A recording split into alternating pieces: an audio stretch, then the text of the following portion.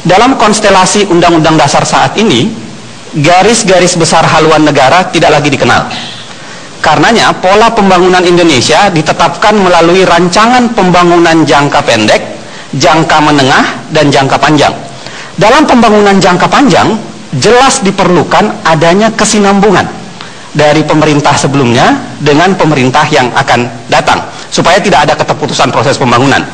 Pertanyaannya, dapatkah Anda sebagai calon presiden dan calon wakil presiden melakukan evaluasi kritis terhadap program-program kerja yang telah dilaksanakan oleh pemerintahan saat ini, dan apakah yang akan Anda lakukan selanjutnya untuk mempertahankan untuk hal-hal yang sudah dianggap berhasil, memperbaiki hal-hal yang Anda anggap belum terlalu berhasil, dan kemudian mengubah hal-hal yang belum berhasil.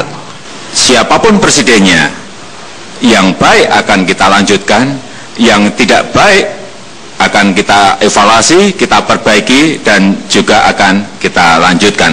Tetapi prinsip-prinsip, hal-hal yang prinsip juga harus kita isikan kepada pemerintahan yang baru kita nanti. Juga hal yang berkaitan dengan ideologi juga harus kita isikan kepada program-program yang akan kita kerjakan.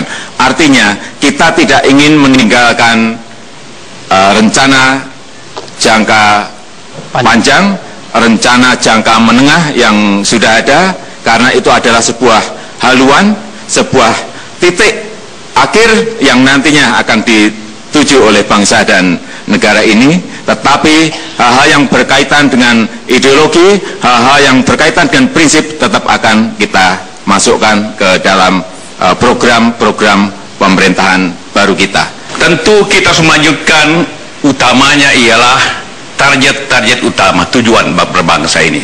Dan prinsip-prinsip utama, melaksanakan pemerintah dengan demokratis, melaksanakan pemerintah yang bersifat otonomi, melaksanakan perintah yang memberikan kepercayaan kepada masyarakat, melaksanakan pemerintah yang taat hukum.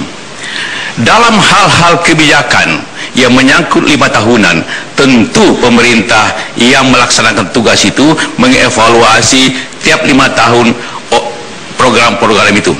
Contohnya adalah, pada dewasa ini, ekonomi kita merosot, defisit banyak, anggaran kita tidak berfungsi dengan betul, maka tentu produksi minyak kita semua turun. Karena itulah pemerintah yang akan datang harus memperbaiki kebijakan itu.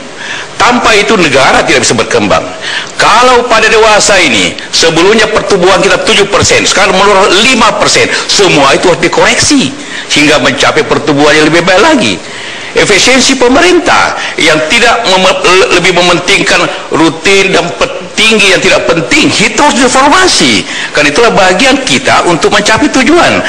Tanpa reformasi yang baik, begitu juga sistem pembinaan semangat kita, sehingga kita sebut revolusi mental, kadang harus dirubah. Baik sistem pendidikan, baik sistem semangat, bagaimana hukum, jangan banyak korupsi, harus tegas semuanya. Hal-hal itulah tugas pemerintah yang akan datang untuk melaksanakan, bahwa itu membutuhkan koreksi, harus, karena pemerintah dibentuk untuk membuat perubahan.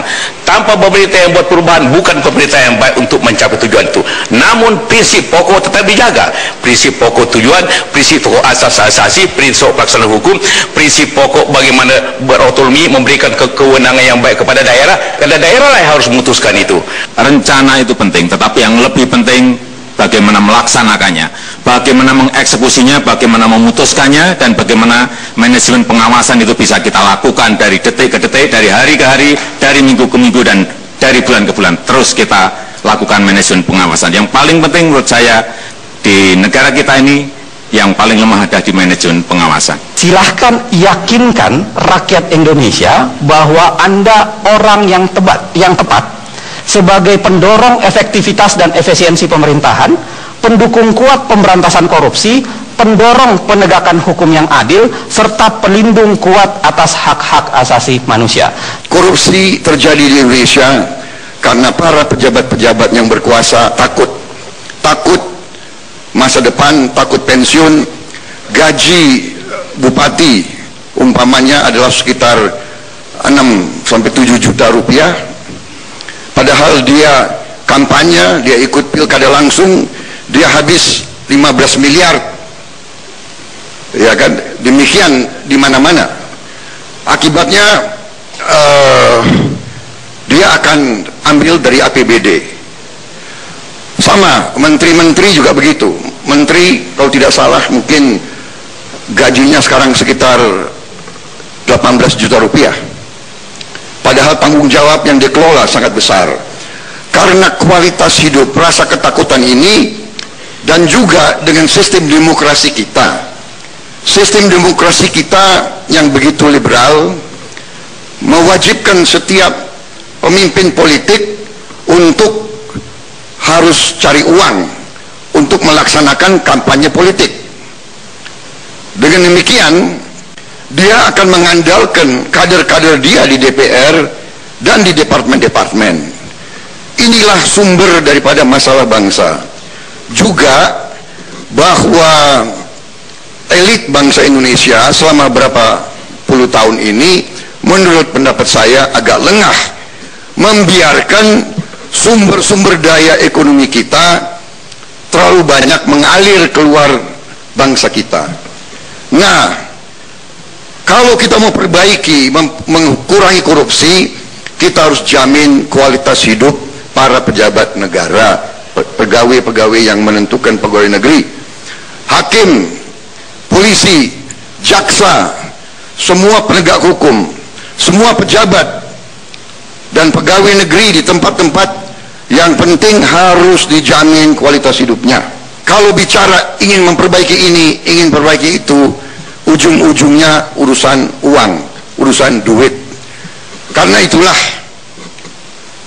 penegak-penegak hukum harus ditingkatkan kemampuan manajerial, kemampuan teknisnya, pendidikan. Ini harus diperbaiki. Ini semua butuh investasi dana yang besar. Kemudian rekrutmen, saya sependapat dengan Pak Joko Widodo dan Pak Yusuf Kala.